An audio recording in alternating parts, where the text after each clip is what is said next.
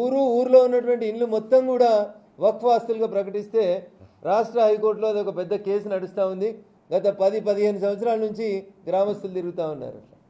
ఊరు పోయింది, 3 తరాలు, తాతలు తండ్రులు, ఆఖరికి మనుమలు వస్తే మనుమలు ఉంటున్న ఇళ్ళని కూడా వక్ఫ్ కిందనే డిక్లేర్ చేశారు. నార్సింగి, చేగుంట, సంగారెడ్డి, జహీరాబాద్, సిద్దిపేట, గజ్వల్, ఇట్లా వాళ్ళకి ఏది నచ్చితే అది వక్ఫ్ బై యూజర్ 2013 లోపల. యాక్చువల్గా 1913లో వచ్చినటువంటి చట్టానికి 2013లో UPA 2 ప్రభుత్వం చేసినటువంటి సవరణలతోటి అనేక ప్రాపర్టీస్ అనేటివి వక్ఫ్ బోర్డు చేతుల్లోకి పోతూ హిందువులకి, నాన్ హిందూస్కి, ముస్లిమ్స్ కూడా చాలా సందర్భాల్లో నష్టం చేకూర్చడం జరిగింది.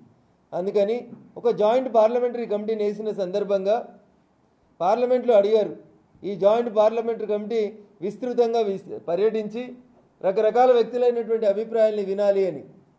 జాయింట్ పార్లమెంటరీ కమిటీ ఈ దేశంలో 38 ప్రాంతాలకు పోయి దాదాపు అన్ని రాష్ట్రాలకు తిరిగి దాని మీద ఉన్నటువంటి బాధితుల ఫిర్యాదులన్నింటినీ విని సుమారు 284 చోట్ల దీనికి సంబంధించినటువంటి కంప్లైంట్స్, ఇతరత్ర అంశాలని విన్న తర్వాత సుమారు 1,00,000 వరకు దరఖాస్తులు, 1,00,000 వరకు ఆర్జీలు ఆన్లైన్తో పాటు ఆఫ్లైన్లో ఎట్లొచ్చినప్పటికీ కూడా విన్న తర్వాత